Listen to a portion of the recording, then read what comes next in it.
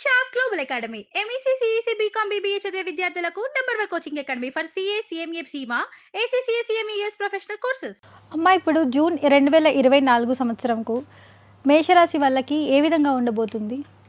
మేషరాశి వాళ్ళకి చూసుకుంటే మేషరాశికి రాశ్యాధిపతి వచ్చి కుజుడు. మేషరాశిలోకి అశ్విని 1, 2, 3, 4 పాదాలు, భరిణి 1, 2, 3, 4 పాదాలు, కృత్తిక 1వ పాదము, మొత్తం కలిపి ఈ 9 పాదాలు కలిపి మనకి మేషరాశిలోకి రావడం అనేది జరుగుతుంది. మేషరాశి అధిపతి మనకి ఈ జూన్ మాసం నుంచే ఆయన స్వక్షేత్రంలో ఆయన సంచారం అనేది జరుగుతోంది ఆయనకి.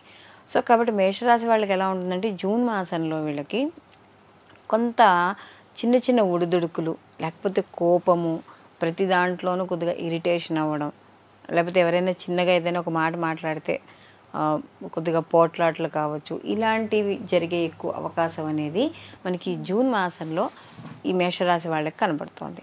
అలాగే ఇక్కడ ఏ పని చేస్తున్నా కూడా అంటే శ్రమ ఎక్కువగా ఉంటుంది, వీళ్ళు చేసే పనిలో శ్రమ యొక్క ఆధిక్యం ఎక్కువగా ఉంటుంది, ఫలితం కొద్దిగా తగ్గుతుంది. ఈ శ్రమ ఎక్కువగా పడడం వల్ల వీళ్ళకి ఏమవుతుంది అంటే ఆరోగ్యపరమైన విషయాల్లో మేషరాశి వాళ్ళు తప్పకుండా జాగ్రత్త అనేది వహించుకోవాలి. అయితే వీళ్ళకి షష్టమ స్థానంలో కేతువు ఉండడం వల్ల కొంతవరకు శత్రు రుణ బాధలు అనేవి తగ్గడం అనేది జరుగుతుంది.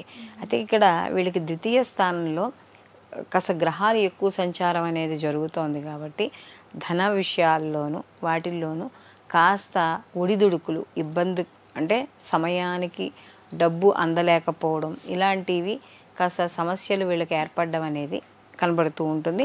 అలాగే ఇక్కడ విద్యా విషయాలు, అలాగే ఏమైనా విద్యార్థులకి వాళ్ళకి చూసుకున్నప్పుడు వీళ్ళకి కొంత కష్టపడాల్సి వస్తుంది, విద్యార్థులు కానీ ఎవరైనా. అలాగే అన్నదమ్ముల్లో కానీ లేకపోతే బంధువర్గంలో కానీ స్నేహవర్గంలో కానీ వాళ్ళతో మాట్లాడేటప్పుడు లేదా ఏదైనా వ్యవహారపరంగా చూసుకునేటప్పుడు అలాంటి విషయాల్లో కూడా వీళ్ళు కొద్దిగా జాగ్రత్తలు తీసుకుంటే మాత్రం ఈ మాసం అంతా కూడా వీళ్ళకి అనుకూలంగానే ఉంటుంది. అలాగే రాజకీయ నాయకులు ఎవరైనా పదవుల్ని ఆశించాలి అంటే ప్రభుత్వపరమైన పదవులు ఎవరైనా ఆశించాలనుకున్నా వీళ్ళకి శని భగవానుడు లాభస్థానంలో ఉన్నాడు కాబట్టి వీళ్ళకి కొంతవరకు అనుకూలంగా ఉంటుంది. అయితే ఆయన శని భగవానుడు రాజకీయాలకి కారకుడే, ఇటు రవి కూడా ప్రభుత్వానికి కారకుడే కాబట్టి ఇక్కడ శని 11వ స్థానం ఉండడం వల్ల ఆయన బలం ఎక్కువగా ఉండడం అనేది ఇక్కడ మనకి కనబడుతోంది. ఓవరాల్గా చూసుకుంటే వీళ్ళకి కొంత ఎలా అంటే రాజకీయ పరంగా కూడా వీళ్ళకి ఎక్కువ శాతం అనుకూలంగానే ఉండడం అనేది జరుగుతుంది. అలాగే పోటీ పరీక్షలు ఇలాంటివి ఏమైనా ఉన్న వాటిల్లో కొంచెం శ్రమ పడాలి. అంటే విద్యార్థులు ఏమైనా ఇప్పుడు చూడండి ఏదైనా పెద్ద పెద్ద అంటే చదువుల కోసం ఏదైనా రాయాలన్నా లేదా ఉద్యోగాలలో ప్రమోషన్ల కోసం ఎవరైనా పరీక్షలు రాద్దామనుకుంటున్నా వాళ్ళు కొంచెం కష్టపడాల్సి వస్తుంది. అంటే ఎంత కష్టపడతామో అంతే ఫలితం రావడం అనేది ఇక్కడ మనకి కనబడుతుంది. కాబట్టి శ్రమ అనేది కొంచెం అధికంగా పడాల్సిందే.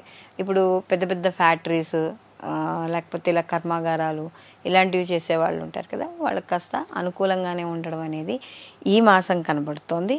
అలాగే కొన్ని అభిప్రాయ భేదాలు అంటే మనకి జీవిత భాగస్వామి విషయాల్లో కావచ్చు, లేకపోతే వ్యాపారపరంగా చేసే దాంట్లో కావచ్చు, చిన్న చిన్న భేదాభిప్రాయాలు వచ్చే అవకాశం ఉంది. కాబట్టి అలాంటి విషయాల్లో కూడా ఈ యొక్క మేషరాశి వాళ్ళు జాగ్రత్త వహించుకోవడం, చర్మానికి సంబంధించిన ఇబ్బందులు వచ్చే అవకాశం ఉంటుంది. అలాగే ఎవరైనా రక్తపోటు దీనికి సంబంధించిన వాళ్ళు అలాంటి ఇబ్బంది పడుతున్న వాళ్ళు ఎవరైనా ఉంటే ఆరోగ్యాన్ని మాత్రం తప్పనిసరిగా ఈ రాశి వాళ్ళు ఈ జూన్ మాసంలో జాగ్రత్తలు అనేవి తీసుకోవాలి. అలాగే వీళ్ళు మొత్తం ఈ మాసం అంతా కూడా వీళ్ళు సుబ్రహ్మణ్య ఆరాధన ఎక్కువగా చేసుకోవడం, అలాగే వీళ్ళకి ఈ జూన్ 15 అంటే ద్వితీయార్థంలో రవి యొక్క మార్పు తృతీయంలోకి వెళ్తుంది కాబట్టి ద్వితీయార్థం వరకు కూడా వీళ్ళు తప్పనిసరిగా ప్రతిరోజు ఆదిత్య హృదయ పారాయణ అనేది తప్పకుండా చేసుకోవాలి. అయితే వీళ్ళకి ఆర్థిక పరంగా ఒకే దాంట్లో గ్రహాలు అంటే ద్వితీయ స్థానంలో వీళ్ళకి ద్వితీయార్థం వరకు కాస్త గ్రహాలు ఎక్కువగా ఉంటాయి కాబట్టి ఆదాయము వ్యయము రెండు అలా సమానంగా వెళ్ళిపోతూ ఉంటుంది అన్నమాట. ఇలా ఆదాయం వస్తుంది, అలా ఖర్చు అవుతూ ఉంటుంది. సో అదేమి స్థిరత్వం కాదు కాబట్టి దాని గురించి ఇబ్బంది పడాల్సిన అవసరం అంటూ ఈ మేషరాశి వాళ్ళకి ఏమీ లేదమ్మా. పరిహారాలు ఎలాంటివి చేస్తే మంచిదమ్మా? వీళ్ళు ఎక్కువగా సుబ్రహ్మణ్య ఆరాధన చేసుకోవడం, అలాగే ఆదిత్య హృదయ పారాయణ చేసుకోవడం, కుదిరితే ప్రతిరోజు కూడా దగ్గరలో ఏదైనా దత్తాత్రేయుల వారి యొక్క ఏదైనా గుడి కానీ ఏదైనా ఉంటే వెళ్ళి దర్శనం చేసుకుని రావడం ఇలాంటివి చేసుకోవడం ద్వారా వీళ్ళకి కొంత ప్రతికూల ఫలితాలు ఏవైతే ఉంటాయో అవి తగ్గి అనుకూలమైన ఫలితాలు పొందడం అనేది జరుగుతుంది. చాలా ధన్యవాదాలు. నమస్తే అమ్మ.